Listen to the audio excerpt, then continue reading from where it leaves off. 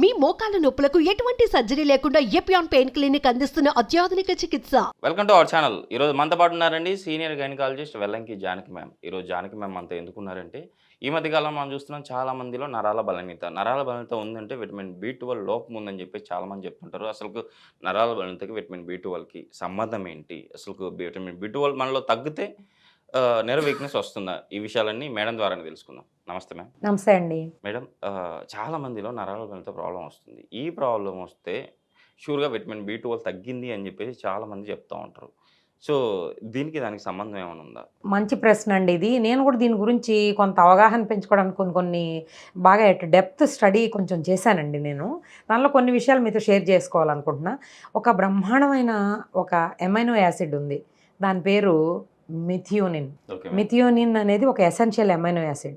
దాని నుంచి ఏమొస్తుందంటే హోమోసిస్టిన్ వస్తుంది.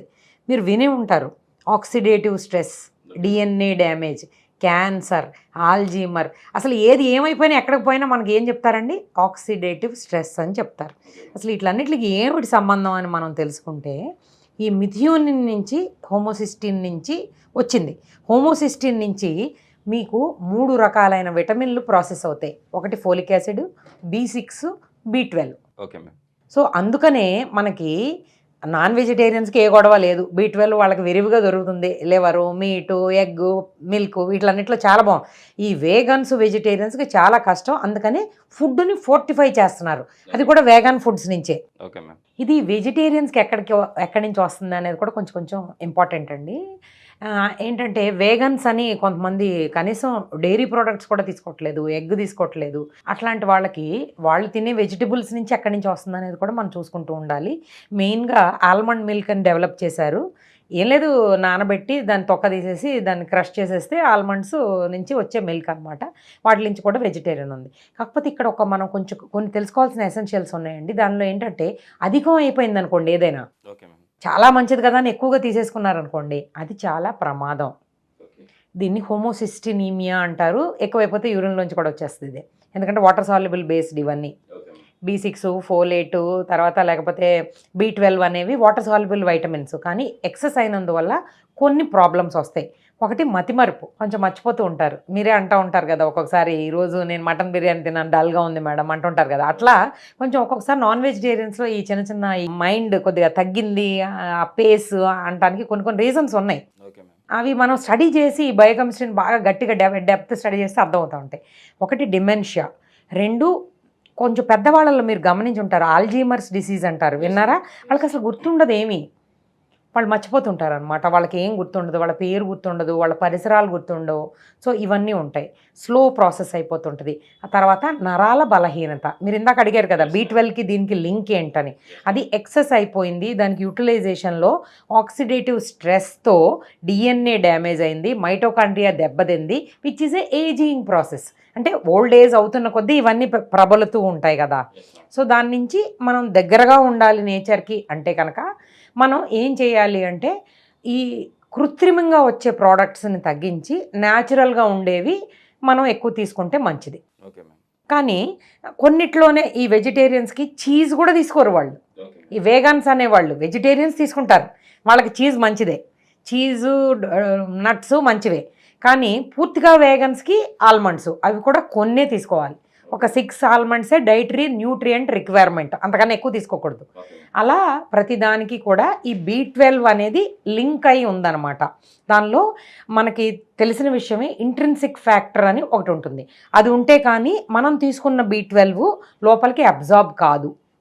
కానీ ఈ యానిమల్స్కి ఎట్లా ఎక్కువగా ఉంది అని మనం దాని గురించి స్టడీ చేస్తే అవి ఏం తింటాయండి? ర్యాబిట్స్ కానీ, మనకి గోట్, మనకి మటన్ కానీ అవి ఏం తింటాయండి? గడ్డి, ఆకులు, అలమలు, వాటి నుంచే ఎక్కువగా వస్తాయి ఫోలిక్ యాసిడ్ ఇదంతా. అవి కేవలం అవే తింటాయి, కానీ అవన్నీ వాటిల్ని స్టోర్ చేస్తాయి. అది స్టోర్ చేసింది మనిషి తినటం వల్ల కొంచెం అధిక మోతాదుల్లో వస్తుంది. దాన్ని మనం తగ్గించుకోగలగాలన్నమాట.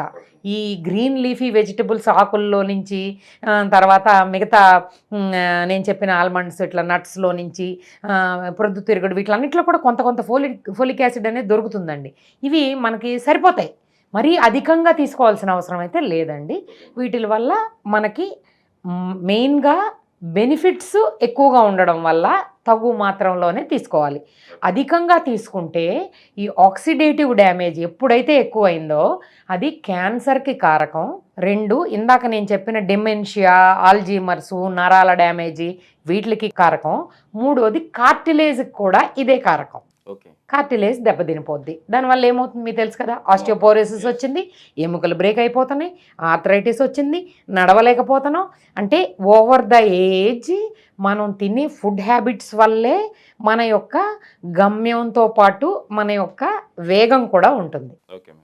చాలామంది వెజిటేరియన్స్ చాలా యాక్టివ్గా ఉంటారు, చాలా కాలం బ్రతుకుతూ ఉంటారు. మనకు తెలుసు కదండి, సాధువులు వాళ్ళందరూ ఏందిని వాళ్ళు 100 ఏళ్ళు బతికారని చెప్తుంటారండి. వాళ్ళు ఏమీ ఇట్లా మన ఈ బ్యాడ్ ఆయిల్స్ తీసుకోవట్లేదు, నాన్ వెజ్లు ఇవన్నీ వండేసుకొని ఇట్లాగా ఏం తినట్లేదు, అన్నెసరీవి ఏం తీసుకోవట్లేదు. ప్రకృతి ఇచ్చిన సులభమైన మంచివి ఈజీగా అరిగేవి తీసుకుంటే ఏ ప్రాబ్లం కూడా ఉండదండి. మేడం ఇప్పుడు నరాల బలహీనత ప్రాబ్లం ఉన్న వాళ్ళకు చాలా మందికి అరికాల మంటలు, అరిచేతుల మంటలు ఇట్లా అవుతూ ఉంటాయి. సో కొంతమంది, అంటే నేను ఇంతవరకు చాలా ఇంటర్వ్యూస్ చేశాను. ఇంటర్వ్యూస్లో నాకు చెప్పింది ఏంటంటే విటమిన్ B12 లోపం వల్లనే మైలిన్ షీత్ ఉంటుంది లోపల. అదేనండి, ఇది నేను చాలాసార్లు చాలామంది కన్వే చేస్తూ ఉంటాను. మీరు చెప్తున్నది బర్నింగ్ ఫీట్ సిండ్రోమ్. B12 డెఫిషియన్సీలో మాత్రమే కాదు, మీకు B12 ఇచ్చినా ఇది కరెక్ట్ కాదు. ఇది ప్యాంటోథెనిక్ యాసిడ్ అని ఇంకొక రకమైన విటమిన్ ఇవ్వాలండి. ఓకే. అది కేవలం కొన్ని ప్రోడక్ట్స్లోనే ఉంది. ఒక డాక్టర్ నిశితంగా పరిశీలిస్తే ఆ ప్యాంటోథెనిక్ యాసిడ్ దేనిలో ఉందో పరిశోధన చేసి అది ప్రిస్క్రిప్షన్ ఇవ్వగలుగుతారు. ఆ బర్నింగ్ ఫీట్ సిండ్రోమ్ అనేది తగ్గుతుందండి. కానీ మీరు చెప్పినట్టు B12 లోపంలో, షుగర్ పేషెంట్స్లో, ఏజ్ పెద్దవైన వాళ్ళల్లో కూడా ఆ అరికాళ్ళ మంటలు అనేవి వస్తూ ఉంటాయి. కొబ్బరి నూనె రాస్తూ ఉంటారు. అది ఎందుకంటే దానిలోంచి ఫ్యాటీ యాసిడ్స్ వస్తుంటాయి. Okay ma'am. Essential fatty acids కొంతవరకు నయం అవుతూ ఉంటుంది కొబ్బరి నూనె నుంచి. కానీ నేను చెప్పిన ఈ ప్యాంటోథెనిక్ యాసిడ్ అనేది ఏ మందుల్లో ఉందో తెలుసుకోండి. అది వాడడం వల్ల ఒక డాక్టర్ పర్యవేక్షణలో ఖచ్చితంగా బాగవుతుంది. Okay ma'am. నిజంగా మేడం, ఈరోజు అయితే నరాల బలహీనత ప్రాబ్లంకి విటమిన్ B12 లోపం కారణమా అని చెప్పేసి మన టాపిక్ని అసలు చాలా చక్కగా వివరించారు. మన ప్రేక్షకులకు కూడా అసలు మనకి ఎందుకు వస్తుంది ఈ ప్రాబ్లం అని చెప్పేసి వాళ్ళు కూడా గమనిస్తూ ఉన్నారు. కంపల్సరీ మన ప్రేక్షకులు దీన్ని గమనించి వాళ్ళ ప్రాబ్లం నుంచి బయటపడతారని చెప్పి ఆశిద్దాం. సో ఈరోజు మన ప్రేక్షకుల కోసం ఇంత మంచి ఇన్ఫర్మేషన్ ఇచ్చినందుకు థ్యాంక్ యూ మ్యామ్.